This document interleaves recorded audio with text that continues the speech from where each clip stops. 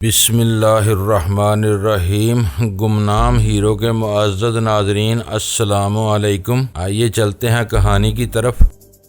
میں نے پیش آمدہ صورتحال کے لیے خود کو ذہنی طور پر تیار کر لیا اور نہایت ہی ٹھہرے ہوئے لہجے میں کہا، تارا، شرافت اور خاموشی کے تمام امکانات تو معدوم ہو چکے ہیں۔ اب جو کچھ بھی ہوگا ڈنکے کی چوٹ پر ہوگا، اس لیے بہتر یہی ہے کہ تم دوسرا طریقہ اختیار کر لو۔ اپنی بات ختم کرتے ہی میں نے ساحل کو کور کرتے ہوئے ایک قدم آگے بڑھایا اور ایک مضبوط اسٹانس بنا کر کھڑا ہو گیا۔ اس موقع پر تارا جیسے لچے ٹچے سے کسی بھی گھٹیا حرکت کی توقع کی جا سکتی تھی۔ تارا نے اچانک ایک ایسی حرکت کی جو مستند طور پر گھٹیا تھی، تاہم یہ میری توقع سے کہیں زیادہ نیچ تھی۔ کسی بھی مرد خصوصاً شہ زور کو اس قسم کی ہلکی حرکت زیب نہیں دیتی۔ تارا نے اپنے لباس میں سے اشاریہ.38 کیلیبر کا ایک پستول نکال کر مجھ پر تان لیا، پھر یامی شاہ اینڈ کمپنی کو اشارہ کرتے ہوئے غصیلے لہجے میں داڑا، ان دونوں حرامزادوں کو اتنا مارو کہ یہ زندہ رہیں مگر کینچووں سے بھی کم تر ہو جائیں۔ ہم انہیں قسم پرسی کی حالت میں بنگلے پر لے کر جائیں گے۔ واہ واہ، میں نے تالی بجاتے ہوئے تمسکرانہ انداز میں کہا، تم تو دارا سے بھی گئے گزرے ثابت ہو رہے ہو۔ ہم نہتوں پر گن تان کر تم خود کو شہ زور ثابت کرنا چاہتے ہو۔ میں سوچ بھی نہیں سکتا تھا کہ تم ایک صحت مند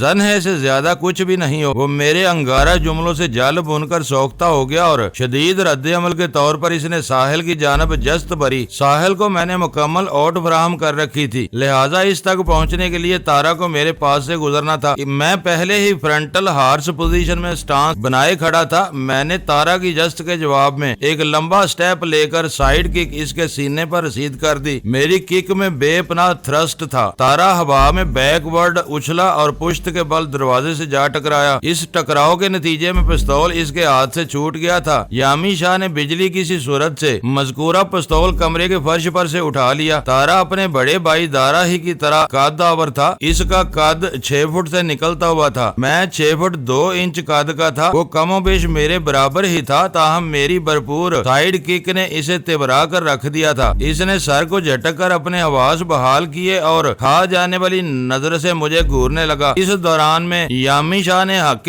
چمچا گیری ادا کرتے ہوئے پسٹل واپس تارا کو دیا اور اس کے اگلے حکم کا انتظار کرنے لگا۔ میں نے تارا کو مخاطب کرتے ہوئے سمجھانے کے لہجے میں کہا، ہماری آپس میں کوئی دشمنی نہیں ہے۔ تم اپنے آدمیوں کو کیوں ہاتھ پاؤں سے مجروح کرنا چاہتے ہو؟ تم میرے بڑے بھائی کے قاتل ہو۔ وہ گرایا، اور دشمنی کسے کہتے ہیں؟ میں نے کہا، تمہارا بھائی میرے والدین کا قاتل تھا، اس کی تباہی بربادی کا ذمہ دار تھا۔ اس نے مجھے ٹھوکریں کھانے پر مجبور کر دیا تھا۔ میرے کئی ساتھی اس کی مکاری اور عیاری کی بھینٹ چڑھ گئے تھے۔ سینکڑوں انسانی جانوں کا خون اس نے اپنے ہاتھوں پر مال رکھا تھا۔ میں نے اس شیطان کو جہنم رسید کر کے انسانیت پر ایک بہت بڑا احسان کیا ہے، اور میں نے جملہ ادھورا چھوڑ کر تارا کی آنکھوں میں دیکھا اور آتشی لہجے میں کہا، اور تم بھی اگر اپنے مذموم عزائم سے باز نہ آئے اور میرے کسی ساتھی کا بال بھی بانکا ہوا، سمجھ لینا میں تمہیں بھیانک موت کے حوالے کرنے میں ایک لمحے کی تاخیر بھی نہیں کروں گا۔ تارا کی حالت دیدنی تھی، اس کا بس چلتا تو مجھے کچا چبا ڈالتا۔ اس مرتبہ مجھ پر براہ راست حملہ کرنے کی بجائے اس نے یامی شاہ اینڈ کمپنی کو تحکمانہ لہجے میں کہا، اپاہجوں کی طرح کھڑے میرا منہ کیا دیکھ رہے ہو؟ میں نے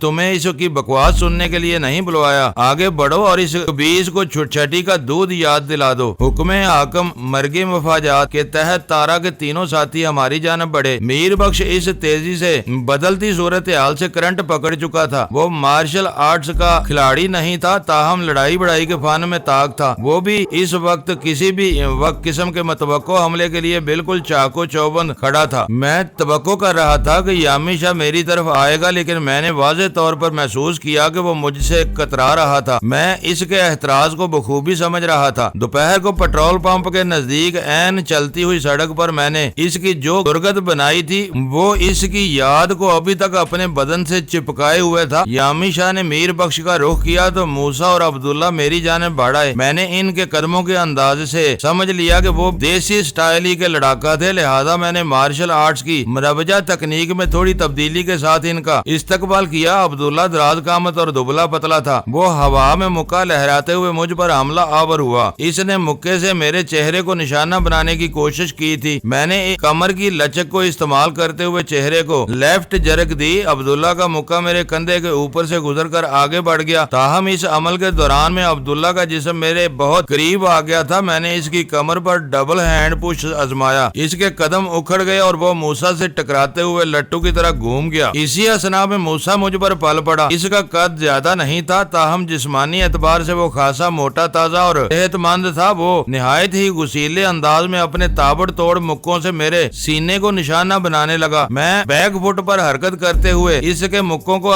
بلاک کرنے لگا۔ اس کوشش میں ایک دو گھونسے میرے جسم پر لگے بھی، تاہم وہ زیادہ ضرر رساں ثابت نہیں ہوئے۔ میں نے موسیٰ کی ذہنی کیفیت کو بھانپتے ہوئے ایک چال چلی۔ حملے کے جوش و خروش میں اس نے اپنی گردن جھکا رکھی تھی، جیسا کہ عام طور پر باکسر حضرات دفاعی کھیل کے دوران میں گردن جھکا کر چہرہ چھپا لیتے ہیں تاکہ حریف کے گھونسوں سے محفوظ رہ سکیں۔ یہاں صورتحال قدرے مختلف تھی۔ موسیٰ دفاعی نہیں بلکہ جارحانہ کھیل کا مظاہرہ کر رہا تھا۔ میں نے اس کی کوتاہی نما غلطی سے فائدہ اٹھایا اور ایک ہیمر پنچ عین اس کی کھوپڑی کے وسط میں رسید کر دیا۔ یہ ایک مخصوص قسم کا مکہ ہوتا ہے اور بالکل ایک وزنی ہتھوڑے کے اثرات کا حامل ہوتا ہے۔ ریڈ بریکس اور ٹائلز بریکنگ میں عموماً اس پنچ کی افادیت کو استعمال کیا جاتا ہے۔ میں نے موسیٰ کی کھوپڑی کو نشانہ بناتے ہوئے اس بات کا خیال رکھا تھا کہ اس کا ناریل چٹکنے نہ پائے۔ اس احتیاط کے باوجود بھی وہ دونوں ہاتھوں سے سر کو تھامتے ہوئے ایک کربناک چیخ مار کر زمین بوس ہو گیا۔ شاید میں نے پنچ میں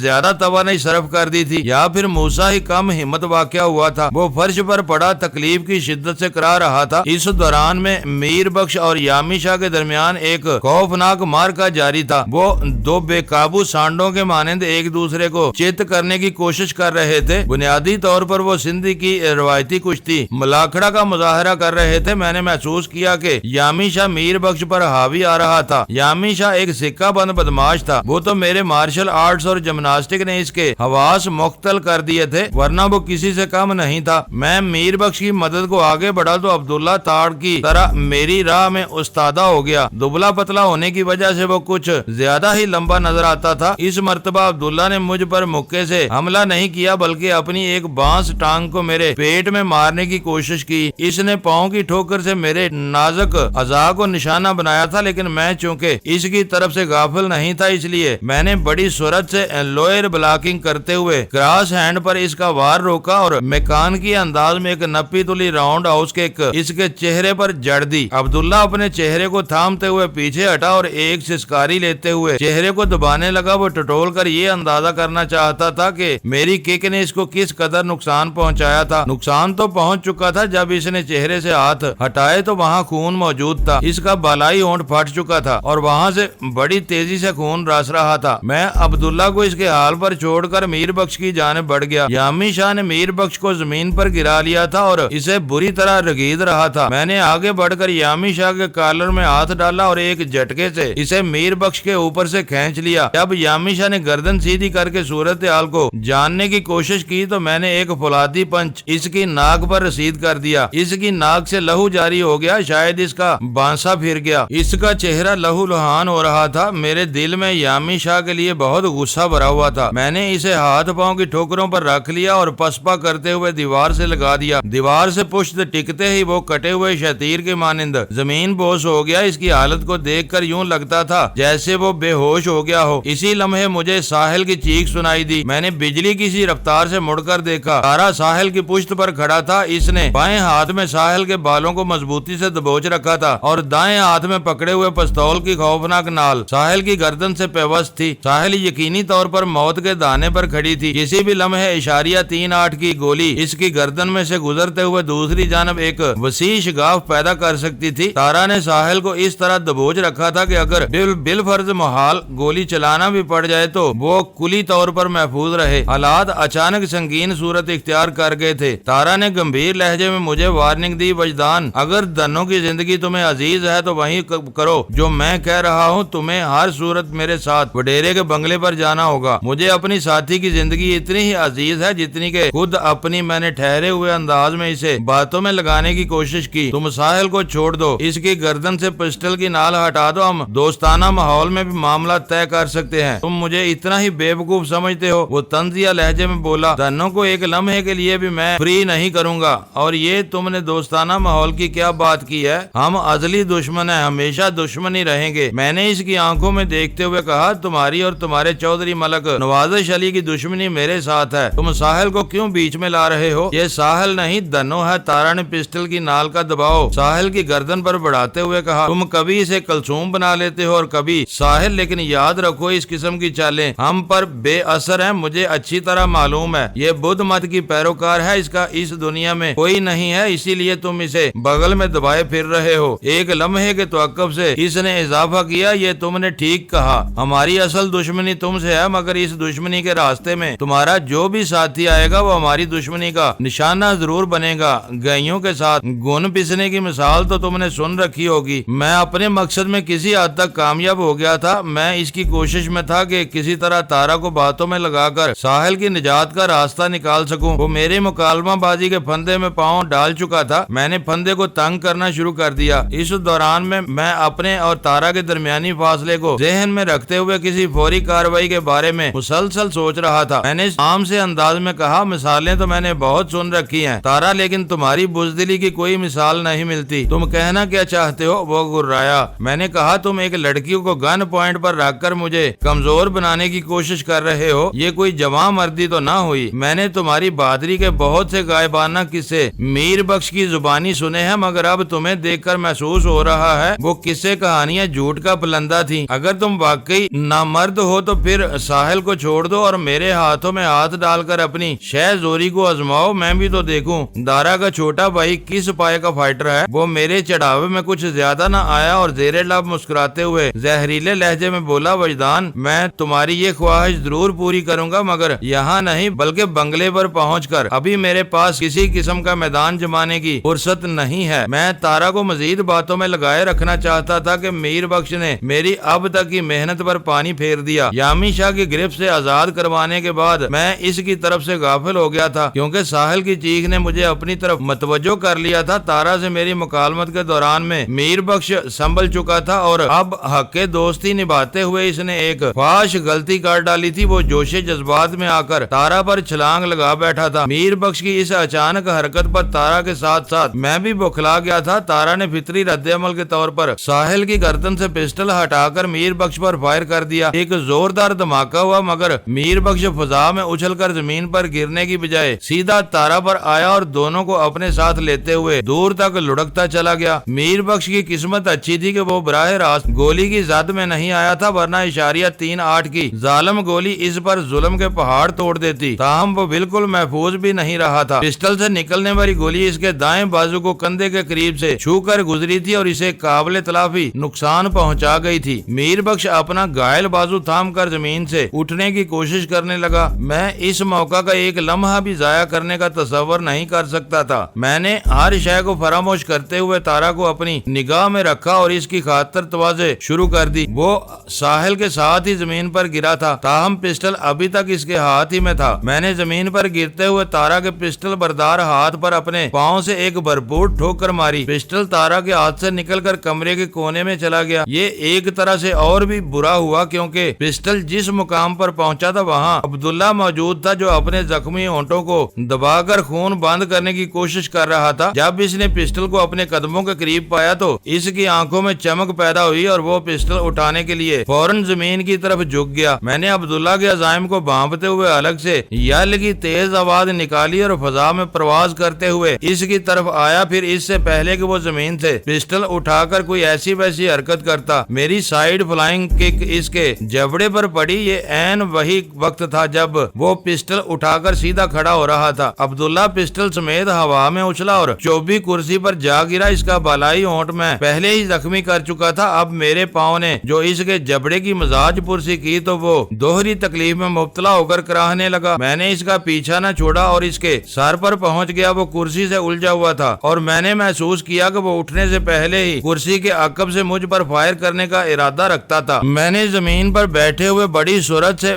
بیک سویپ کی۔ میرے پاؤں کی ایڑی عبداللہ کی کانپٹی پر لگی جبکہ گھٹنے کے اندرونی حصے نے کرسی کو دور دھکیل دیا۔ گھٹنے پر لگنے والی چوٹ نے عبداللہ کو بے حال کر دیا۔ یہ ایک اتفاق تھا کہ اس کا چہرہ پے در پہ ٹھوکروں کا نشانہ بن رہا تھا۔ اس مرتبہ لگنے والی ٹھوکر بڑی کارگر تھی۔ پسٹل اس کے ہاتھ سے نکل کر دیوار کے پاس جا پہنچا۔ عبداللہ زمین پر پڑا تڑپ رہا تھا۔ دوسری جانب تارا اور میر بخش میں ٹھن گئی تھی۔ میں نے ان کی جانب متوجہ ہونے سے قبل پسٹل پر قبضہ جمایا۔ اسی لمحے میرے ذہن میں ایک خیال بہت تیزی سے ابھرا۔ مجھے پسٹل کے بل پر موجودہ حالات صورتحال کو اپنے حق میں کر لینا چاہیے۔ میں نے یہ خیال مکمل ہوتے ہی ذہن کو جھٹک دیا۔ میں اپنے دل میں پختہ عزم کر چکا دشمنوں سے نبرد آزما ہوتے وقت میں اپنی ذہنی اور جسمانی صلاحیتوں پر اکتفا کروں گا، اور جہاں یہ صلاحیتیں بالکل ناکامیاب ہو جائیں گی وہاں پھر کسی اور چیز کے بارے میں سوچوں گا۔ کسی اور سہارے میں بھی میری روحانی قوتوں کو اولویت حاصل تھی۔ اسلحے وغیرہ کا نمبر تو سب سے آخر میں آتا تھا۔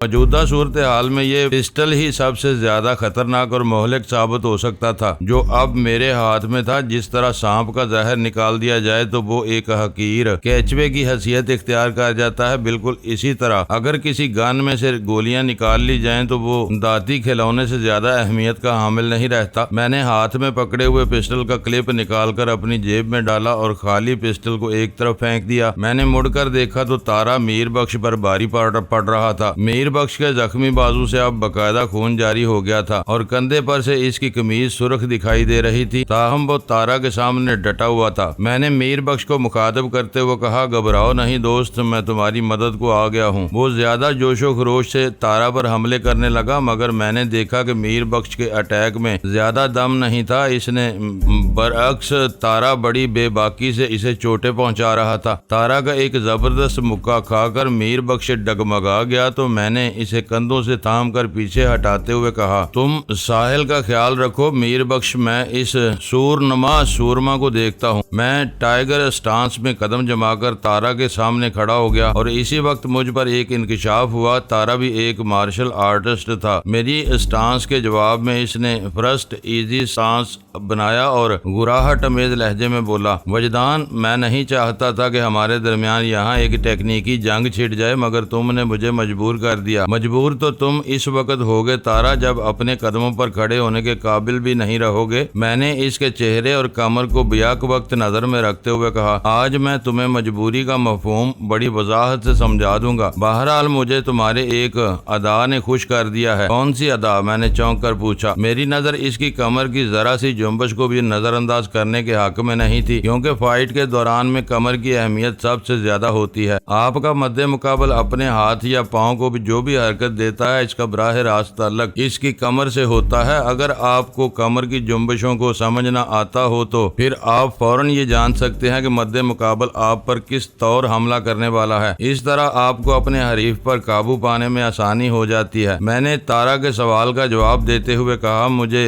اس بات کی خوشی ہے کہ تم مارشل آرٹس جانتے ہو۔ اب تم سے دو دو ہاتھ کرنے میں مزہ آئے گا۔ کبھی فرصت ملی تو میں تمہیں یہ مزہ چکھنے کا پورا موقع فراہم کروں گا۔ وہ تیز نظر سے مجھے گھورتے ہوئے بولا۔ میں نے مضاحکہ خیز انداز میں پوچھا، ابھی کیا تم بٹیر لڑا رہے ہو؟ تمہیں فرصت نہیں؟ اس نے خونخوار نظر سے مجھے دیکھا اور زبان سے کچھ بولنے کی بجائے اپنی بائیں ٹانگ کو حرکت دی۔ وہ لیفٹ راؤنڈ ہاؤس میرے کندھے پر آزمانے کے موڈ میں تھا، مگر میں اس کے کولے کی جنبش کو تاڑ چکا تھا۔ میں نے بجلی کی سی تیزی سے رائٹ کریسنٹ کک اس کے چہرے پر جما دی۔ اسی کے ساتھ ہی میں نے رائٹ ہینڈ سے اس کی راؤنڈ ہاؤس کک بلاک بھی کر دی۔ بلاکنگ اور کاؤنٹر اٹیک میں ایک ردم کا خیال رکھا گیا تھا، چنانچہ میں نہ صرف تارا کی کک سے بچ گیا بلکہ اس کے چہرے پر چوٹ لگانے میں بھی کامیاب ہو رہا۔ تارا ڈگمگایا، لیکن دوسرے ہی لمحے وہ سنبھل کر تابڑ توڑ حملے کرنے لگا۔ وہ ایک گرم مزاج شخص تھا، اس میں تحمل کی خاصی کمی پائی جاتی تھی۔ میں نے تارا کی اس کمزوری سے بھرپور فائدہ اٹھایا اور اسے غصہ دلانے والی حرکات اپنا کر اس کے فن اور طاقت کا جلوس نکال دیا۔ تارا کسی زخمی درندے کی طرح مجھ پر جھپٹا۔ وہ اس کا حق بھی رکھتا تھا، وہ اپنی ذات میں ایک درندے کی صفات رکھتا تھا اور تھوڑی دیر پہلے میری کریسنٹ کک نے اسے زخمی بھی کر دیا تھا۔ تارا نے میرے چہرے پر ہوک پنچ آزمانے کی کوشش کی۔ وہ واضح طور پر میری ٹھوڑی کو نشانہ بنانا چاہتا تھا۔ میں نے فضا میں اچھل کر اس کے پنچ کو اپنے ہاتھوں کی ایگل گرپ میں لیا اور دایاں گھٹنا اس کی ٹھوڑی پر رسید کر دیا۔ یہ ایک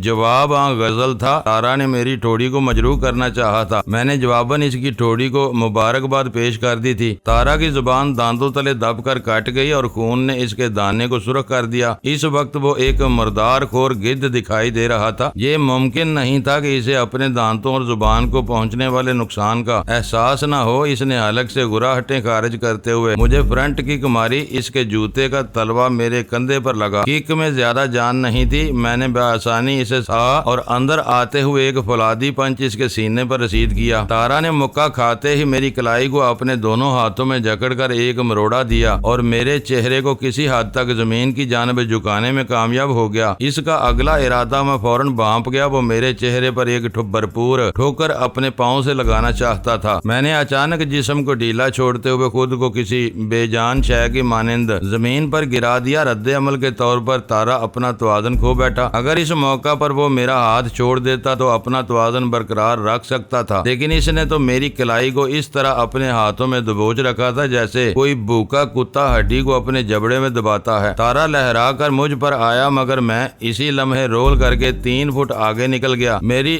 گراؤنڈ رولنگ سے تارا کے ہاتھوں کو ایک شدید جھٹکا لگا۔ وہ اس وقت انتہائی غیر متوازن تھا، چنانچہ میری کلائی پر سے اس کی گرفت ختم ہو گئی۔ میں اٹھ کر کھڑا ہوا تو تارا بھی پش اپس لگا کر اپنے قدموں پر کھڑا ہو چکا تھا۔ میں نے اپنے دائیں پاؤں کو اس طرح حرکت دی جیسے میں اس کے قدموں یا پنڈلی کو ٹھوکر مارنے کا ارادہ رکھتا ہوں۔ یہ ایک طرح کی بلف کک تھی۔ میں نے تارا کو ایک خوبصورت جھانسا دیا تھا۔ میرا پاؤں اپنے جسم کے انتہائی زیریں حصے کی جانب جاتے دیکھ کر وہ اپنے چہرے اور جسم کے بالائی حصے کے دفاع کی طرف سے غافل ہو گیا تھا اور اس کے دونوں ہاتھ بے اختیار پہلوؤں میں گر گئے تھے۔ اسی لمحے میری right front to side kick نے اس کے چہرے پر ایک طوفانی ضرب لگائی۔ اس کے قدموں کی جانب بڑھا ہوا میرا دایاں پاؤں ایک جرک کے ساتھ اوپر اٹھا تھا اور پاؤں کا بلیڈ سیدھا تارا کی ناک پر جا لگا تھا۔ تارا کے دانتوں اور زبان سے تو پہلے ہی خون جاری تھا، اس نئی افتاد نے اس کی ناک سے خون کا فوارہ جاری کر دیا۔ اب وہ اپنے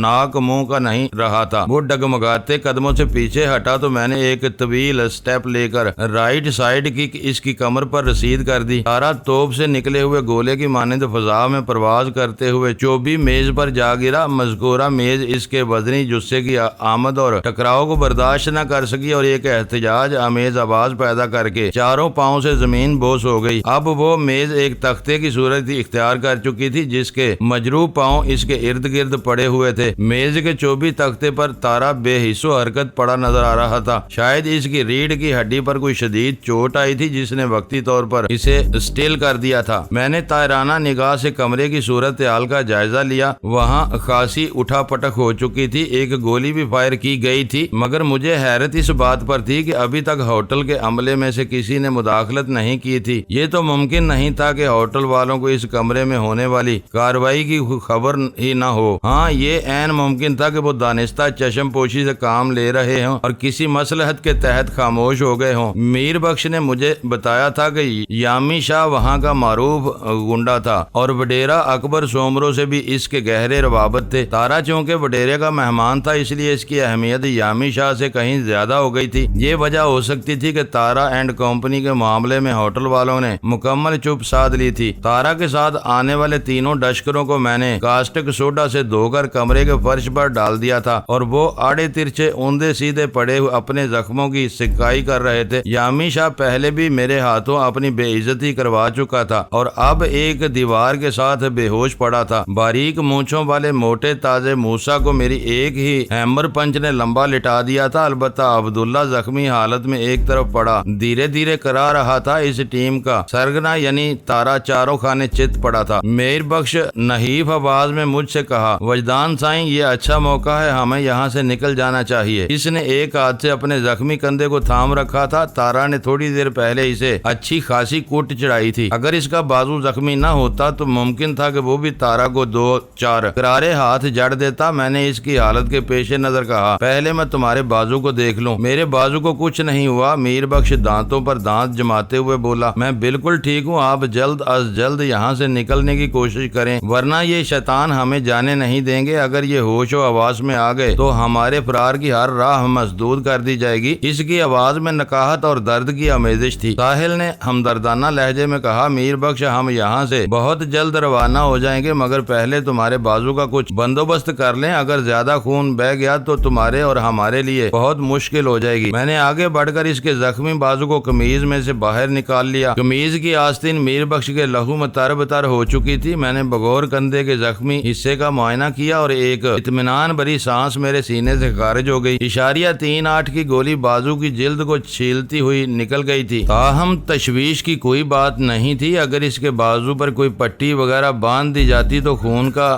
رساؤ رک سکتا تھا۔ ساحل نے مکان کی انداز میں حرکت کی اور اپنا اسکارف سفری بیگ میں سے نکال کر میری جانب بڑھا دیا۔ اس نے شاید میرے ذہن کو پڑھ لیا تھا یا یہ اس صورتحال کا نتیجہ تھا جس سے ہم اس وقت دوچار تھے۔ کہتے ہیں مصیبت کے دوران میں انسان کی سوچنے سمجھنے کی صلاحیتیں کئی گنا بڑھ جاتی ہیں، بلکہ جسمانی طور پر وہ ناقابل یقین کارنامے بھی انجام دے لیتا ہے، لیکن یہ سب کچھ اسی طور ممکن ہے جب انسان ان مشکل لمحات میں اپنے حواس کو قابو میں رکھے، ورنہ عام طور پر دیکھنے میں یہی آتا ہے کہ کوئی افتاد پڑتے ہی انسان سب سے پہلے اپنے ہوش و حواس کھوتا ہے اور وہ اپنی عام صلاحیتوں کو بھی بروئے کار نہیں لا سکتا۔ میں نے ساحل کے ہاتھ سے اسکارف لے کر میر بخش کے بازو پر ایک پٹی کی صورت باندھ دیا۔ اس عمل سے پہلے میں نے اس کا بازو آستین کے اندر سے گزار دیا تھا۔ میں نے اسکارف لپیٹتے ہوئے اس بات کا خیال رکھا تھا کہ خون آلود آستین اچھی طرح چھپ جائے۔ اس دوران میں میر بخش ہلکی کراہوں کے ذریعے اپنی تکلیف کا اظہار کرتا رہا۔ میں نے اس کی مرہم پٹی کے بعد ساحل سے کہا تم فوراً وہ بیگ اٹھا کر میر بخش کے ساتھ باہر نکلو، میں بھی آتا ہوں۔ تم کیا کرنے کا ارادہ رکھتے ہو؟ متوحش لہجے میں بولی۔ میرے ارادے نیک ہیں۔ یہ کہتے ہوئے میں بے ہوش موسیٰ کی جانب بڑھ گیا۔ میر بخش نے کہا وجدان سائیں آپ کو جو کرنا ہے جلدی کر لیں، ہم آپ کا انتظار کریں گے، یہاں سے ہم تینوں ایک ساتھ ہی نکلیں گے۔ میں کسی جرا بحث میں پڑنے کی بجائے بے ہوش موسیٰ کے پاس آ گیا۔ میں جانتا تھا ساحل اور میر بخش میرے بغیر وہاں سے ہلیں گے بھی نہیں، پھر کسی قسم کی تکرار میں وقت ضائع کرنے کی کیا ضرورت تھی۔ باریک مونچھوں اور درمیانے قد کا مالک موٹا تازہ موسیٰ ابھی تک بے حس و حرکت پڑا تھا۔ میرے ہیمر پنچ نے شاید اس کے دماغ کے کچھ کمکمے گل کر دیے تھے۔ میں بڑی سرعت سے اس کی جیبیں ٹٹولنے لگا۔ تارا نے کچھ دیر پہلے بتایا تھا کہ ایمبولینس نما گاڑی کو موسیٰ ہی چلا کر وہاں لایا تھا، تاہم اس دوران میں اس نے کنگ سائز نکلی مونچھیں لگا رکھی تھی۔ مجھے 99% امید تھی کہ گاڑی کی چابی اس کی کسی جیب میں ہوگی۔ ہمیں وہاں سے فرار ہونے کے لیے کسی سواری کی ضرورت تھی۔ ایمبولینس نما گاڑی ہمارے لیے بہترین ثابت ہو سکتی تھی۔ تھوڑی سی کوشش کے بعد موسیٰ کی ایک اندرونی جیب سے چابیوں کا گچھا مل گیا۔ رنگ میں موجود چابیوں کو دیکھ کر واضح ہو جاتا تھا کہ یہ اسی گاڑی کی چابیاں تھیں، کیونکہ میں ان چابیوں کو پہلے بھی گزشتہ روز اپنے تجربے میں لا چکا تھا۔ میں چابیوں کا گچھا سمیٹ کر سیدھا کھڑا ہوا تو میرے ذہن میں ایک خیال ابھرا۔ میں نے سوچا ہمیں اپنے تعاقب کی راہ مسدود کر دینا چاہیے اور اس کے لیے ضروری تھا کہ یامی شاہ کی کھلی جیپ کی چابی بھی اڑا لی جائے۔ ایسا سوچتے ہی میں دیوار کے قریب ڈھیر یامی شاہ کے پاس چلا گیا اور اس کی جیب ٹٹول کر جیپ کی چابی نکال لی۔ یامی شاہ اور موسیٰ اگرچہ زندہ تھے، تاہم اس وقت وہ گہری بے ہوشی میں تھے۔ انہیں ہوش میں آنے میں کم از کم 2 گھنٹے لگ سکتے تھے۔ کمرے سے رخصت ہونے سے قبل میں نے وڈیرا اکبر سومرو کے دوست مہمان اور ابن شیطان تارا کی خیریت جاننا ضروری سمجھی۔ میں اس کے قریب پہنچا تو وہ ہنوز چوبی تختے پر چاروں خانے چت پڑا تھا۔ اس کے وجود میں کسی قسم کی حرکت نہیں پائی جا رہی تھی۔ میں نے اس کے سینے پر کان لگا کر دل کی دھڑکن محسوس کرنے کی کوشش کی۔ اس کا دل بڑی معدوم اور دھیمی رفتار سے دھڑک رہا تھا۔ مجھے اس بات پر شدید حیرت تھی کہ وہ بے حس و حرکت کیوں ہو گیا تھا۔ میں نے اس کے سر کے آس پاس کا جائزہ لیا تو میری حیرت دور ہونے کا سامان نظر آ گیا۔ تارا میز کی چوبی ٹاپ پر چت پڑا تھا اور اس کے سر کے پچھلے حصے کے نزدیک ہی تازہ خون کا ایک چھوٹا سا دائرہ بنا ہوا تھا۔ میں سمجھ گیا تھا کہ تختے کا کوئی کونا یا پائے کا کوئی سرا اس کے سر کے عقبی حصے سے ٹکرا گیا تھا۔ اس چوٹ کے باعث تارا وقتی طور پر بے ہوش ہو گیا تھا۔ ہمارے فرار کے لیے حالات سازگار تھے۔ میں جیسے ہی تارا کے پاس سے اٹھ کر کھڑا ہوا، میر بخش نے اضطراری لہجے میں کہا سائیں آپ وقت ضائع کر رہے ہیں، آپ ان لوگوں کی طاقت سے واقف نہیں، اگر ہم نے دیر کر دی تو ہمارے لیے بے شمار مشکلات پیدا ہو جائیں گی۔ ہاں وجدان، ساحل نے تصدیقی لہجے میں کہا، میر بخش بالکل ٹھیک کہہ رہا ہے، ہمیں یہاں سے فوراً نکل جانا چاہیے۔ اچھا بھائی چلو، میں نے ان دونوں کی جانب قدم بڑھاتے ہوئے کہا۔ ساحل کے نزدیک پہنچ کر میں نے سفری بیگ اس کے ہاتھ سے لے لیا۔ اسی وقت میر بخش تیزی سے چلتے ہوئے دیوار کے نزدیک گیا اور خالی پسٹل اٹھا کر اس نے اپنی جیب میں ڈال لیا۔ اس کا کیا کرو گے؟ میں نے پوچھا۔ یہ بہت کام کی شے ہے سائیں، وہ میرے نزدیک آتے ہوئے بولا۔ میں نے پوچھا خالی گن کس کام کی؟ یہ ابھی خالی ہے، بعد میں اسے بھر کر کام میں لایا جا سکتا ہے، میر بخش نے کہا۔ وہ پسٹل کو خالی کرتے ہوئے مجھے دیکھ چکا تھا، ورنہ وہ مجھ سے یہ سوال ضرور کرتا کہ میں نے یہ کیوں کہا کہ گن خالی ہے۔ میں اس خالی پسٹل کو ساتھ لے کر جانے کے حق میں نہیں تھا، مگر اس وقت میر بخش کی خواہش کو دیکھتے ہوئے میں خاموش رہا اور ان دونوں کو مخاطب کرتے ہوئے کہا، ہم نہایت شرافت کا مظاہرہ کرتے ہوئے ہوٹل سے باہر نکلیں گے اور کسی سے الجھے بغیر گاڑی میں بیٹھ جائیں گے۔ میر بخش نے کہا، سائیں میں تو ڈرائیونگ کرنے کی پوزیشن میں نہیں ہوں۔ پھر اس نے دائیں بازو کو کندھے کے قریب سے چھوا۔ تم اس کی فکر نہ کرو، میں نے تسلی آمیز انداز میں کہا، یہ ڈیوٹی میں سنبھال لوں گا، تم دونوں گاڑیوں کے عقبی حصے میں بیٹھو گے۔ ہم کس گاڑی میں جائیں گے وجدان؟ ساحل نے استفسار کیا۔ چابیاں تو تم نے دونوں گاڑیوں کی حاصل کر لی ہیں۔ میں نے کہا، ہمارے لیے ایمبولینس نما گاڑی زیادہ محفوظ رہے گی، وہ ایک بند گاڑی ہے۔ اوہ، پھر وہی منحوس سیاہ گاڑی؟ ساحل نے برا سا منہ بناتے ہوئے کہا۔ میں نے کہا، اب وہ سیاہ کہاں رہی ہے ساحل؟ اسے عارضی طور پر سرخ کاغذ چسپاں کر کے سرخ بنا دیا گیا ہے، میر بخش نے کہا، مگر ہمیں گاڑی کے رنگ اور میک کے چکر میں اور بحث میں نہیں پڑنا چاہیے۔ وجدان سائیں کی یہ بات بالکل ٹھیک ہے کہ کھلی جیپ کی بنسبت وہ بند گاڑی ہمارے لیے زیادہ مفید اور محفوظ ثابت ہوگی۔ ہم ایک حتمی فیصلے پر پہنچنے کے بعد کمرے سے باہر نکل آئے۔ میں نے احتیاطاً کمرے کو لاک کر دیا۔ مجھے معلوم تھا ہوٹل کا عملہ اس لاک دروازے کو بآسانی کھول سکتا تھا، مگر مجھے اس کی ذرا بھی پرواہ نہیں تھی۔ ہمارے جانے کے بعد وہاں کیا ہوگا یہ سوچنا قبل از وقت تھا۔ میں اگر چاہتا تو بے ہوش موسیٰ اور تارا کو زندگی کی قید سے رہائی دلا سکتا تھا اور نیم بے ہوش عبداللہ کو بھی مزید ضرر پہنچا سکتا تھا، مگر مجھے ان کی جان لینے کا کوئی شوق نہیں تھا۔ میں ڈیرہ اکبر سومرو کے مہمان دوست یعنی تارا سے ملاقات کا صرف اس لیے مشتاق تھا کہ اس کے بارے میں میر بخش کی زبانی بہت کچھ سن چکا تھا۔ میں جاننا چاہتا تھا کہ وہ شخص کس مقصد کی خاطر لاہور کے ایک نواحی گاؤں سے میری تلاش میں سندھ کے ریگستان کی ریگ چھان رہا تھا۔ لاہور کے کسی نواحی گاؤں کے ذکر پر میرا ذہن فوراً رکھاں والی اور چودھری ملک نوازش علی کی طرف چلا گیا تھا۔ اس سے میرے تصور میں کچھ خاکہ سا تو بن گیا تھا، لیکن صورتحال کی وضاحت نہیں ہوتی تھی، مگر تارا سے ہنگامی ملاقات کے دوران میں سب کچھ واضح ہو گیا تھا۔ میں سمجھ گیا کہ چودھری نوازش علی مجھے کیوں اپنے پاس دیکھنا چاہتا تھا۔ وہ کروڑوں کی مالیت کے سونے کو بھول نہیں سکا تھا، باہر کی دنیا سے اس کے گہرے روابط تھے اور وہ پاکستان میں میری آمد سے آگاہ ہو گیا تھا۔ اس نے تارا کو میرے استقبال کے لیے عمر کوٹ بھیج دیا تھا۔ مجھے ٹریپ کرنے میں تارا کا ذاتی مفاد بھی پوشیدہ تھا۔ وہ مجھ سے اپنے بڑے بھائی کے قتل کا بھیانک انتقام لینا چاہتا تھا۔ تارا کی باتوں سے میں نے اندازہ لگا لیا کہ ڈیرہ اکبر سومرو اور چودھری ملک نوازش علی کے درمیان دوستانہ مراسم تھے، انہیں فیملی ٹرم کے کھاتے میں فٹ کیا جا سکتا تھا۔ یہ دونوں اشخاص فیوڈلز تھے، دونوں کا مزاج اور زندگی گزارنے کے طور طریقے یکساں تھے، اس لیے بھی وہ خاندانی طور پر ایک دوسرے کے بہت نزدیک آ گئے تھے۔ انہیں ایک ہی تھیلی کے چٹے بٹے بھی کہا جا سکتا تھا۔ یہ سارے حالات جاننے کے بعد میں نے فیصلہ کیا تھا کہ اب ڈیرہ سومرو کے بنگلے یا جاگیر پر جانے کی ضرورت نہیں تھی۔ مجھے تو چودھری نوازش سے ایک دیرینہ حساب بے باک کرنا تھا اور سونے کا کٹنٹا بھی نمٹانا تھا۔ اس مقصد کی خاطر ہمیں فی الفور لاہور کی طرف روانہ ہو جانا چاہیے تھا۔ میں نے پاکستان میں داخل ہوتے وقت یہی سوچا تھا کہ کچھ عرصہ کراچی میں گزاروں گا، پھر لاہور کا رخ کروں گا، مگر اے بسا آرزو کے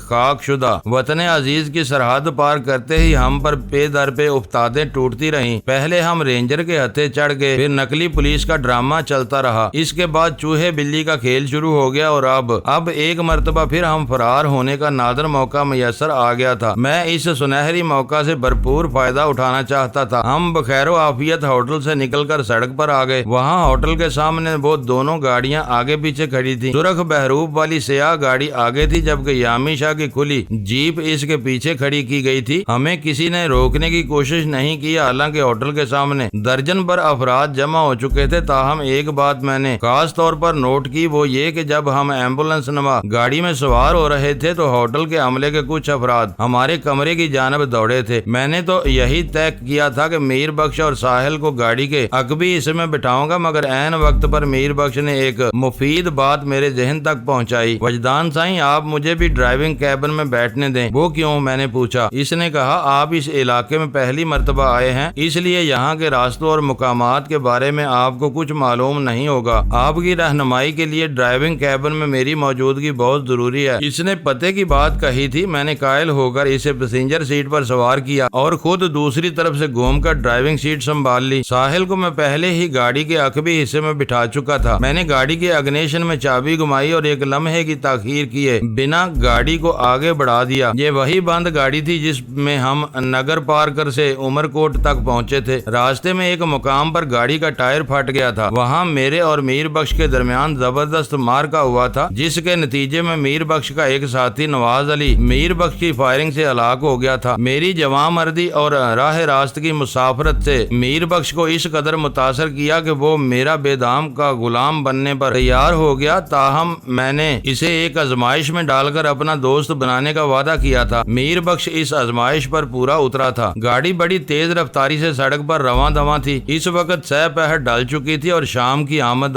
تھی۔ زیادہ سے زیادہ 1 گھنٹے بعد رات کا اندھیرا پھیلنے لگتا۔ میں نے میر بخش کو مخاطب کرتے ہوئے سوال کیا، اس وقت ہم کس طرف جا رہے ہیں؟ وہ بولا، وجدان سائیں، اس وقت ہم عمر کوٹ شہر سے باہر نکلنے والے ہیں اور اتفاق سے گاڑی مین روڈ پر جا رہی ہے۔ یہ روڈ عمر کوٹ سے سیدھی میرپور خاص تک جاتی ہے۔ میں پھر اس نے وضاحت کی کہ عمر کوٹ کی طرح میرپور خاص بھی سندھ کا ایک ضلع ہے، بلکہ میرپور خاص ڈویژن ہیڈ کوارٹر کی حیثیت رکھتا ہے۔ میں نے پوچھا، اس سڑک کے علاوہ عمر کوٹ سے کتنی سڑکیں نکلتی ہیں اور وہ کون کون سی سمت کو جاتی ہیں؟ میں اپنی معلومات بڑھانے کی غرض سے سوال کر رہا تھا۔ میر بخش نے جواب دیا، عمر کوٹ شہر سے 6-7 سڑکیں نکلتی ہیں، جن میں سے اکثر پختہ اور 1-2 نیم پختہ ہیں۔ ایک نیم پختہ سڑک تو وہی ہے جس پر ہم سفر کرتے ہوئے ہم دھرمسال سے یہاں پہنچے تھے۔ ایک سڑک سیدھی کھوکھرا پار بارڈر تک جاتی ہے، ایک ڈبورو نارو سے ہوتے ہوئے ضلع سانگڑ میں داخل ہوتی ہے، ایک عمر کوٹ سے سیدھی مغرب میں سمارو سے گزر کر میرپور خاص چلی جاتی ہے، اور ایک سڑک جنوبی سمت میں نبی سر اور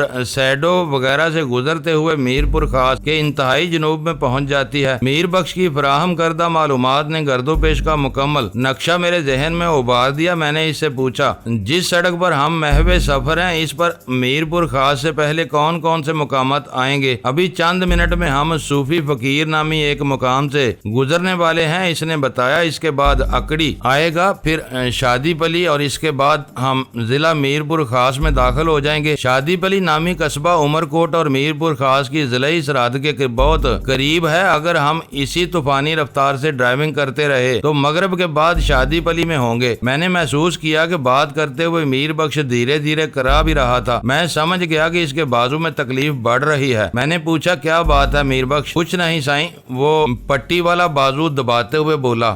میں نے کہا، تم نہ بھی بتاؤ تو میں سمجھ سکتا ہوں کہ تمہارے زخمی بازو میں تکلیف ہے۔ وہ کوئی جواب دیے بغیر خاموشی سے ونڈ اسکرین کے پار دیکھنے لگا۔ میں نے ڈرائیونگ پر نگاہ مرکوز رکھتے ہوئے اس کا دھیان بٹانے کی خاطر پوچھا، میرپور خاص سے کراچی جانے کے لیے ہمیں کون سا روٹ اختیار کرنا چاہیے؟ وہ بولا، اس سڑک پر سفر کرتے ہوئے ہم میرپور خاص شہر میں پہنچیں گے، جو کہ ضلع کا شمالی حصہ ہے، وہاں سے حیدرآباد اور پھر کراچی۔ لیکن اس نے سپیڈو میٹر کی جانب دیکھتے ہوئے جملہ ادھورا چھوڑ دیا۔ میں نے پوچھا، لیکن کیا میر بخش؟ میں دیکھ رہا ہوں کہ ہماری گاڑی میں پیٹرول بہت کم رہ گیا ہے۔ وہ فیول بتانے والی ڈائل کی جانب اشارہ کرتے ہوئے بولا، میرپور خاص میں ہمیں ٹینکی فل کروانا ہوگی۔ کروا لیں گے، میں نے بے پرواہی سے کہا۔ تمہارے پاس کچھ رقم تو ہوگی؟ اس نے بتایا، ہاں سائیں، میں آپ کی طرف آتے ہوئے اپنی جمع پونجی بھی ساتھ لے آیا ہوں، کم از کم 10,000 روپے تو ہوں گے اس وقت میرے پاس۔ تم نے کل شام مجھے جو 2,000 روپے دیے تھے، ان میں سے کچھ رقم میرے پاس بھی بچی ہوئی ہے۔ میں نے بتایا، میرا خیال ہے اچھا گزارا ہو جائے گا۔ وہ اس بات میں سر ہلاتے ہوئے بولا، آپ ٹھیک کہہ رہے ہو سائیں۔ پھر اس نے پوچھا، آپ کا آگے کا کیا پروگرام ہے سائیں؟ میں نے کہا، فی الحال تو ہم کراچی جائیں گے، وہاں کچھ عرصہ قیام کرنے کے بعد پھر لاہور جانا ہے۔ یعنی اب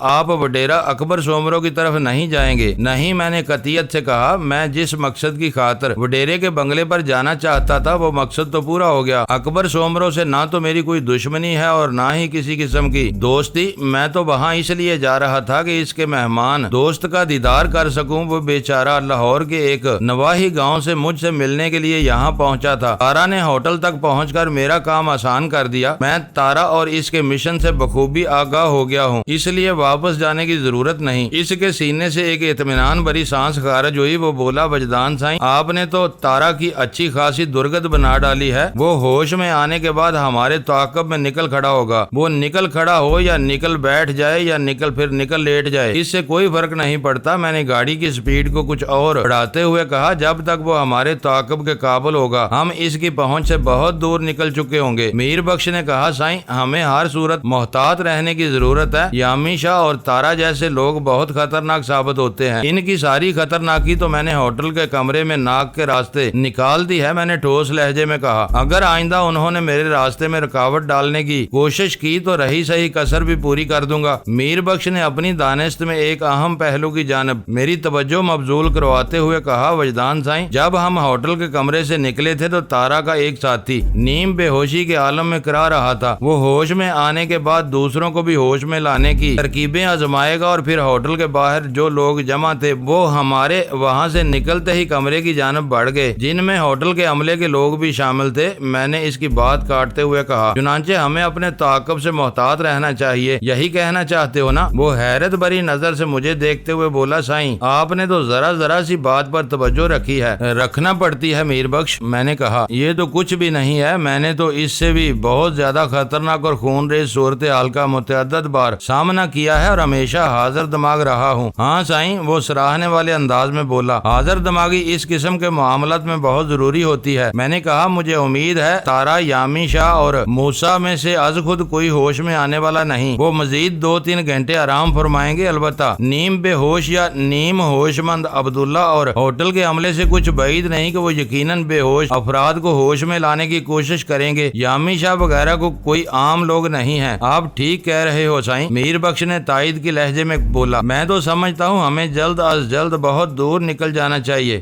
میں نے ہنکارا بھرتے ہوئے گاڑی کی سپیڈ ایک ممکنہ حد تک مزید بڑھا دی اور کہا، ہم اس گاڑی کو میرپور خاص پہنچ کر کسی ایسی جگہ چھوڑ دیں گے جہاں سے فوری طور پر نظر میں نہ آ سکے۔ میں نے سوچا ہے آگے کا سفر ہم کسی بس وغیرہ میں کریں تو زیادہ مناسب ہوگا۔ وہ اسبات میں سر ہلاتے ہوئے بولا، سائیں یہ آئیڈیا بہت اچھا ہے۔ پھر چونکنے والے انداز میں بولا، اگر آپ میری بات مانو سائیں تو ہمارا اور بھی محفوظ سفر کر سکتے ہیں۔ ہاں کہو، کیا کہنا چاہتے ہو؟ اس نے کہا، اس لعنتی کار کو تو ہم میرپور خاص میں کہیں چھوڑ دیتے ہیں، وہاں سے پھر پبلک ٹرانسپورٹ سے ہم حیدرآباد تک سفر کریں گے اور حیدرآباد سے آگے ٹرین کے ذریعے کراچی تک چلے جائیں گے۔ تمہاری تجویز میں جان ہے میر بخش، میں نے اتفاق کرتے ہوئے کہا، لیکن کیا تمہیں یقین ہے کہ اس وقت حیدرآباد سے کراچی کے لیے ہمیں ٹرین مل جائے گی؟ سائیں وہ پوری یقین انداز میں بولا، کراچی میں داخل ہونے والی آخری ٹرین شالیمار ایکسپریس ہے جو لاہور سے الگ صبح چلتی ہے اور لگ بھگ آدھی رات کو کراچی پہنچتی ہے۔ مجھے امید ہے جب ہم حیدرآباد پہنچیں گے تو اس ٹرین کا وقت ہو چکا ہوگا، ہم بے آسانی حیدرآباد اسٹیشن سے شالیمار پکڑ سکتے ہیں۔ چلیں دیکھتے ہیں آگے کیا صورتحال پیش آتی ہے۔ میں نے اطمینان بھرے لہجے میں کہا، پہلے عمر کوٹ سے تو نکل جائیں۔ میر بخش ایک مرتبہ پھر اپنے گائل بازو کو دبانے لگا، جس کا واضح مطلب یہی تھا کہ اس کے درد میں اضافہ ہو رہا تھا اور تکلیف برداشت کی حد سے آگے گزر رہی تھی۔ ہم کافی دیر پہلے صوفی فقیر کو پیچھے چھوڑ آئے تھے اور اکڑی کے نزدیک پہنچنے والے تھے۔ اکڑی کے بعد شادی پلی کا سرحدی سفر تھا۔ میں نے ڈرائیونگ پر بدستور نظر مرکوز رکھتے ہوئے میر بخش سے گفتگو جاری رکھی اور کہا، میر بخش میں جانتا ہوں تم بازو کی تکلیف کے باعث بڑی اذیت میں ہو، لیکن تم فکر نہ کرو، میرپور خاص پہنچتے ہی میں سب سے پہلے تمہاری مرہم پٹی کرواؤں گا، اس کے بعد ہی ہم آگے کا قصد کریں گے۔ وہ بولا، سائیں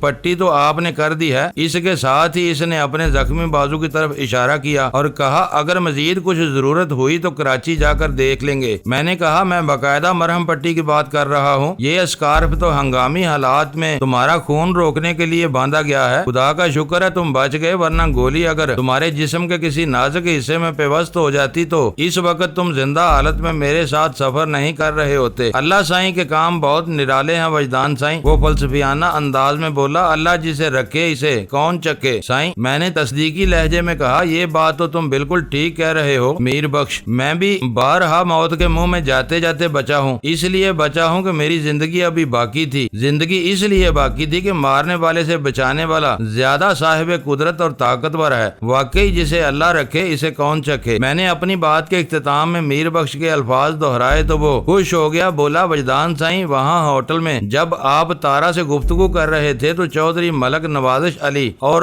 دارا کا ذکر بھی ہوا تھا، اس کے ساتھ ہی باری مالیت کے سونے کا ذکر بھی میں نے سنا تھا۔ اگر آپ مناسب سمجھتے ہو تو مجھے بھی اس بارے میں کچھ بتاؤ، اب تو سائیں میرا جینا مرنا آپ ہی کے ساتھ ہے۔ میں نے میر بخش کو ایک کڑی آزمائش میں ڈال کر آزما لیا تھا، اس نے سچا سچا دوست ہونے کا ثبوت دیا تھا۔ چنانچہ ناگفتنی کو حذف کرتے ہوئے میں نے میر بخش کو چودھری نوازش علی سے اپنے اور اپنے والدین کی دشمنی کے بارے میں تفصیل سے بتا دیا۔ دارا اور سونے کا ذکر بھی آیا اور میں نے میر بخش کو بتایا کہ چودھری کے ہرکارے دارا نے کس طرح ایک طویل عرصے تک میرا جینا محال کیے رکھا تھا۔ سنگاپور، بینکاک اور ہندوستان، نیپال وغیرہ میں ہونے والے مار کے بھی زیر بحث آئے۔ پھر ہمالیہ کی گود میں واقعہ سنکری مندر والا واقعہ بھی میں نے میر بخش کو بتایا۔ اس نے میرے جان نثار ساتھیوں کے بارے میں متعدد سوالات کیے اور میں اسے ڈاکٹر جانکی، چترا پریتم، ٹھاکر بانود سنگھ اور دیگر ساتھیوں کے بارے میں بتاتا رہا۔ اسی دوران میں رات کا اندھیرا پھیلنے لگا۔ ہم اکڑی نامی مقام کو پیچھے چھوڑ آئے تھے۔ اب شادی پلی ہم سے زیادہ دور نہیں تھا۔ ہمارے درمیان حالات حاضرہ پر مزید کچھ دیر بات چیت ہوتی رہی اور ہم شادی پلی سے گزر کر ضلع عمر کوٹ کی سرحد پر پہنچ گئے۔ اس سے آگے ضلع میر پور خاص کی حدود شروع ہو جاتی تھی۔ اس ضلعی سرحد پر ہمیں رکنا پڑا۔ ہم سے آگے بھی 8-9 مختلف قسم کی گاڑیاں رکی ہوئی تھیں۔ آثار سے یہی لگتا تھا وہاں کسی قسم کی چیکنگ ہو رہی تھی۔ جیسے ہی میں نے ایک جیپ کے پیچھے اپنی گاڑی روکی، میں چونک اٹھا۔ ضلعی سرحد پر مجھے پولیس کی بھاری جمعیت نظر آئی تھی۔ تھوڑی ہی دیر میں مجھے محسوس ہو گیا کہ وہاں پولیس کا ناکہ لگا ہوا تھا۔ میر بخش بھی صورتحال کو بھانپ چکا تھا۔ اس نے معنی خیز نظر سے مجھے دیکھا۔ اس کی اس نظر میں سینکڑوں سوال تھے اور سب سے اہم سوال یہی تھا کہ آیا یہ ناکہ ہمیں گھیرنے کے لیے لگایا گیا تھا؟ میں نے میر بخش کی طرف دیکھتے ہوئے سرگوشیانہ لہجے میں کہا، تم گاڑی ہی میں بیٹھو، میں نیچے اتر کر سن گن لیتا ہوں۔ اس وقت تک اندھیرا خاصا گہرا ہو چکا تھا۔ میر بخش چاروں جانب دیکھتے ہوئے دھیمے لہجے میں بولا، وجدان سائیں، اگر یہ سارا اہتمام ہماری خاطر ہے تو پھر اس صورتحال میں آپ کا کیا حکم ہے؟ میں فوری طور پر کوئی فیصلہ کرنے کی پوزیشن میں نہیں ہوں۔ میں نے سوچ میں ڈوبے ہوئے لہجے میں کہا، ایک بات تو طے ہے، ہمیں پولیس سے کوئی پنگا نہیں لینا چاہیے۔ پہلے کسی طرح میں یہ معلوم کرنے کی کوشش کروں گا کہ یہ چیکنگ کس سلسلے میں ہو رہی ہے۔ اگر واقعی یہ ہماری خاطر ہے تو پھر پولیس والوں سے بات کر کے دیکھ لیں گے، کوئی نہ کوئی صورت تو نکل ہی آئے گی۔ میر بخش نے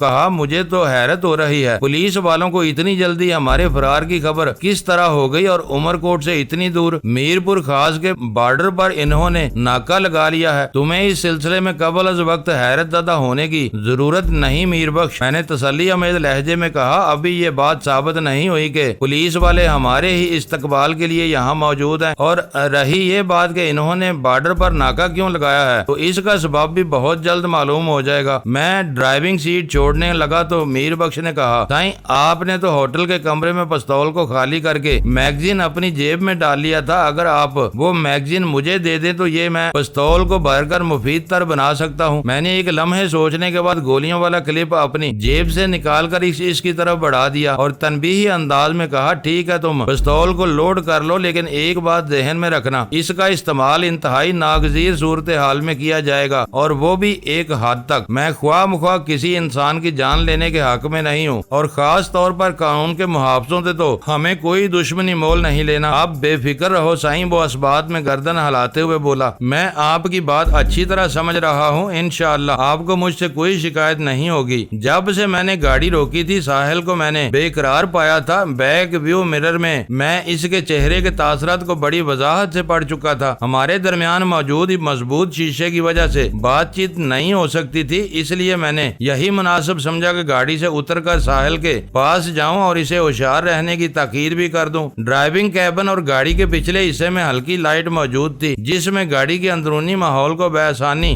دیکھا اور سمجھا جا سکتا تھا۔ میں نے اپنی سائیڈ کا دروازہ کھولا اور باہر نکلنے کے لیے جیسے ہی گاڑی سے پاؤں باہر نکالا، کسی گن کی سرد نال میرے دائیں کندھے سے پیوست ہو گئی۔ میں ایک لمحے کے لیے سناٹے میں آ گیا۔ پھر اس سے پہلے کہ میں صورتحال کو سمجھ پاتا، نہایت ہی شفاف لہجے میں مجھے حکم دیا گیا، شرافت سے اندر بیٹھو۔ اس کے ساتھ ہی کندھے کو نال سے ٹہوکا بھی دیا گیا۔ میں نے باہر نکلتے ہوئے پاؤں کو واقعی شرافت سے گاڑی کے اندر پہنچایا۔ اس کے ساتھ ہی اس شخص نے دھڑ سے گاڑی کا دروازہ بند کر دیا جس نے تھوڑی دیر پہلے مجھے گاڑی کے اندر بیٹھنے کا حکم دیا تھا۔ اب میں نے گردن گھما کر بغور اس شخص کا جائزہ لیا۔ اس شخص کے جسم پر سجے لباس سے میں نے فوراً سمجھ لیا کہ اس کا تعلق محکمہ پولیس سے تھا۔ وہ اندھیرے سے اچانک ہی نمودار ہو کر میرے سر پر پہنچ گیا تھا۔ اس کے ہاتھ میں کلاشن کوف تھی جو اب میرے کندھے سے ہٹ چکی تھی، تاہم اس کی نال کا رخ ہنوز گاڑی کے ڈرائیونگ کیبن کی طرف تھا۔ تم زیادہ ہوشیار بننے کی کوشش نہ کرو، اس مسلح پولیس والے نے تحکمانہ انداز میں کہا۔ پیچھے دور تک ہمارے مسلح جوان موجود ہیں، تم فرار نہیں ہو سکو گے۔ میں نے اس کے شانے پر سجے پھولوں سے اندازہ لگایا کہ وہ ASI رینک کا پولیس افسر تھا۔ میں نے اس کی جانب دیکھتے ہوئے نہایت شائستہ لہجے میں کہا، ASI صاحب، میں کہیں فرار ہونے کی کوشش نہیں کر رہا ہوں، تم مجھے چکر نہیں دے سکتے۔ وہ مجھے گھورتے ہوئے بولا، پتہ نہیں تم مجھے شک کی نظروں سے کیوں دیکھ رہے ہو؟ میں نے کہا، میں تو باہر نکل کر گاڑی کے پچھلے حصے کی طرف جا رہا تھا، وہاں ہماری ایک ساتھی موجود ہے، مجھے اس سے ایک ضروری بات کرنا تھی۔ وہ خشک لہجے میں بولا، تمہیں جس کسی سے بھی جو بھی ضروری بات کرنا ہے وہ چیکنگ کے بعد کرنا، فی الحال چپ چاپ گاڑی کے اندر بیٹھے رہو۔ ٹھیک ہے سائیں، میں نے نہایت فرما برداری سے کہا۔ اب میں یا میرا کوئی ساتھی گاڑی سے باہر قدم نہیں نکالے گا، لیکن یہ تو بتا دو یہ چیکنگ وغیرہ کس سلسلے میں ہو رہی ہے؟ ASI نے میرے برابر میں بیٹھے ہوئے میر بخش کو بغور دیکھا۔ خدا کا شکر ہے میر بخش نے اس وقت گہرے نیلے رنگ کا شلوار سوٹ پہن رکھا تھا، اور یہ ایک اتفاق ہی تھا کہ ساحل نے اس کے بازو پر باندھنے کے لیے جو اسکارف دیا تھا وہ بھی نیوی بلو کلر کا تھا۔ چنانچہ پہلی نظر میں یہ محسوس نہیں کیا جا سکتا تھا کہ اس کے بازو پر کوئی پٹی بندھی ہوئی تھی۔ ASI نے میر بخش پر ایک سرسری سی نگاہ ڈالی اور پھر گاڑی کے عقبی حصے میں جھانکنے لگا جہاں ساحل موجود تھی۔ اس سفر کے دوران میں گاڑی کا ایئر کنڈیشنر آن نہیں کیا گیا تھا، اس لیے پچھلے حصے کی کھڑکیاں کھلی ہوئی تھی۔ ویسے بھی ہم جن حالات میں ہوٹل سے نکلے تھے اس میں ایئر کنڈیشنر کے آن یا آف کرنے کا کوئی سوال ہی پیدا نہیں ہوتا تھا۔ ہم جو ہے جہاں ہے جیسا ہے کی بنیاد پر گاڑی میں بیٹھ کر فرار ہوئے تھے۔ تارا اور اس کے ساتھیوں نے گاڑی کو جیسے وہاں چھوڑا تھا ہم اسے اسی حالت میں لے کر آگے بڑھ گئے تھے۔ ASI گاڑی کے لمحاتی معائنے کے بعد ریڈ الرٹ ہو گیا۔ اس کی آنکھوں میں نمودار ہونے والی چمک سے میں نے اندازہ لگا لیا کہ اس نے ہم میں اور گاڑی میں کوئی خاص بات نوٹ کی تھی۔ جب ہی وہ کلاشنکوف کو بھی زیادہ احتیاط سے تھام کر کھڑا ہو گیا تھا، میں نے بدستور نرم لہجے میں اپنا سوال دہرایا، سائیں آپ نے بتایا نہیں یہ چیکنگ کس سلسلے میں ہو رہی ہے؟ یہ بات تمہیں DSP صاحب بتائیں گے۔ وہ سپاٹ آواز میں گویا ہوا۔ DSP صاحب کیوں؟ میں نے چونکتے ہوئے لہجے میں دریافت کیا۔ اس نے بتایا وہ اس لیے کہ وہ یہ چیکنگ انہی کی نگرانی میں ہو رہی ہے۔ مگر چیکنگ کس بات کی ہو رہی ہے؟ وہ دائیں بائیں محتاط نظر سے دیکھتے ہوئے بولا، DSP صاحب کو ایک گاڑی کی تلاش ہے، ایسی گاڑی جس میں 3 افراد موجود ہیں، ایک لڑکی اور 2 مرد۔ اتنا کہہ کر اس نے ایک مرتبہ پھر گاڑی کے عقبی حصے میں جھانکا۔ ASI کی آنکھوں میں کوئی ایسی بات ضرور تھی جو مجھے بے چین کر رہی تھی۔ میں نے غیر محسوس انداز میں خرید جاری رکھی۔ اس دوران میں ایک گاڑی کو چیک کر کے جانے کی اجازت دی جا چکی تھی، چنانچہ مجھے اپنی گاڑی کو تھوڑا آگے بڑھانا پڑا۔ ASI اب مائل بے گفتگو نظر آ رہا تھا۔ میں نے دوبارہ گاڑی روکنے کے بعد ASI سے کہا، سائیں اس گاڑی میں ہم بھی تو 3 ہی ہیں، ایک لڑکی اور 2 مرد، کیا تمہارے DSP صاحب کو ہماری ہی تلاش ہے؟ اگر تم لوگ ڈاکو ہو تو پھر تم ہی DSP صاحب کے مطلوبہ افراد ہو۔ اس نے محتاط لہجے میں بتایا، انہیں 2 ڈاکوؤں اور ایک مغویہ کی تلاش ہے۔ میرے سینے سے اطمینان بھری سانس خارج ہوئی۔ ASI کی بات سے یہ ظاہر ہو گیا تھا کہ وہ ناکہ ہمارے لیے نہیں بلکہ ڈاکوؤں کی گرفتاری اور کسی مغویہ کی دستیابی کے لیے لگایا گیا تھا۔ میری طرح میر بخش نے بھی سکون کی سانس لی۔ اب میں پہلے سے زیادہ پر اعتماد ہو چکا تھا۔ میں نے ASI کو مخاطب کرتے ہوئے کہا، سائیں آپ بھی عجیب بات کر رہے ہو، کیا ہم آپ کو ڈاکو نظر آتے ہیں؟ وہ غصے سے بولا، نہ بابا، اکڑ کیوں رہے ہو؟ اگر تم لوگ ڈاکو نہیں ہو تو آرام سے بیٹھو،